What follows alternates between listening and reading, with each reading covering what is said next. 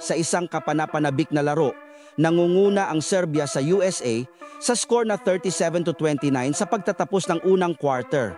Ang Serbia ay may napaka-epektibo na 73% shooting mula sa field at 57% mula sa 3-point range.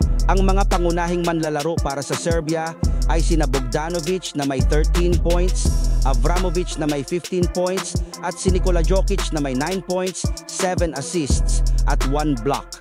Habang sa Team USA naman ay pinangunahan ni Stephen Curry na may 20 points sa 7 out of 10 shooting, kabilang ang 6 na 3-pointers. Sa kabila ng mahusay na pinapakita ni Curry, nahihirapan ang USA laban sa pisikal na depensa at mahusay na shooting ng Serbia. Nakapag-ambag naman sina James at Embiid, ngunit ang mga turnovers at na-miss na pagkakataon ay nagbigay ng hadlang sa para maibaba ng USA ang kalamangan na palawak ng Serbia ang kanilang lamang sa ikalawang kwarter, kung saan sina Guduric at Micic ay nagdagdag ng puntos mula sa 3-point range at tumaas ang lead sa 14 points dahil sa mahusay na pagganap ni Milutinov.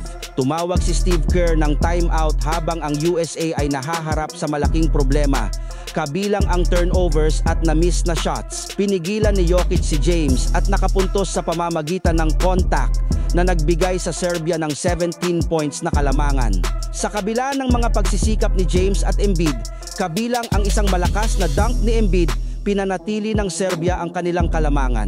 Ang 3-pointer ni Bogdanovic ay nagresulta sa timeout ng USA habang ang lead ng Serbia ay tumaas sa 15 points.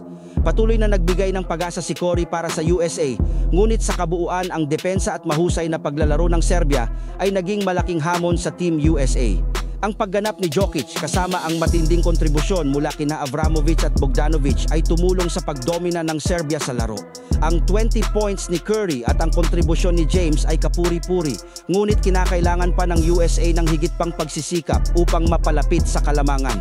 Sa pagsimula ng ikatlong quarter, nag-miss si Jokic ng 3 puntos ngunit sumagot si Embiid ng matagumpay na tira mula sa 3-point area. Nagmiso si Bogdanovic ng 3 puntos mula sa kaliwang sulok at nag-turnover si James. Na-foul si James sa baseline at nakagawa ng isang free throw mula sa 2 tira. Si Bogdanovic ay nakascore ng malalim na 3 puntos ngunit nainis sa tawag ng foul laban sa kanya kay Holiday. Nakapag-score si Jokic ng floater at nag-dunk si Embiid upang palakihin ang lead sa 10 puntos. Ang technical foul sa Serbian coach ay nagbigay kay Curry ng isang free throw. Si Dobric ay nakascore ng 3 puntos mula sa kanan, ngunit sumagot si Curry mula sa parehong lugar. Nahihirapan ang USA sa mga turnovers na umabot sa 7 kumpara sa 3 ng Serbia.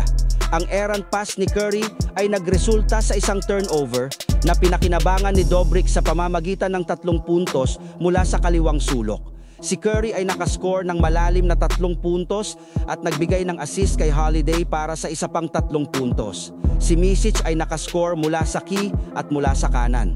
Si Guduric ay nagdagdag ng 2 free throws at isang and 1 mula sa 3 puntos na nagpalaki sa lead ng Serbia sa 15 na puntos. Sa fourth quarter nga mga tropa ay gumawa ng run ang USA para mahabol ang kalamangan ng Serbia. Naging dikdikan nga ang laban at sa huli na nakuha ng Team USA ang panalo mula sa free throw ni Stephen Curry.